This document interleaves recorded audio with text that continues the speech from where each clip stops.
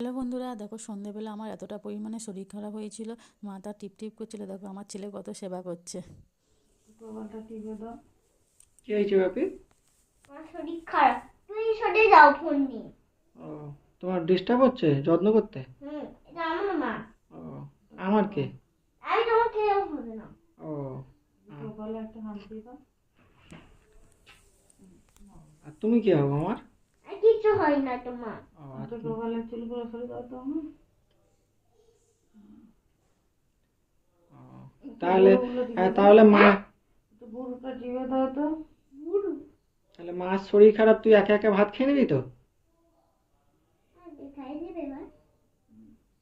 তুমি এখন খেতে পারবে না। যখন বড় হবো না আমার তো শরীর খারাপ আছে। মানে এত বাচ্চাই খাবো।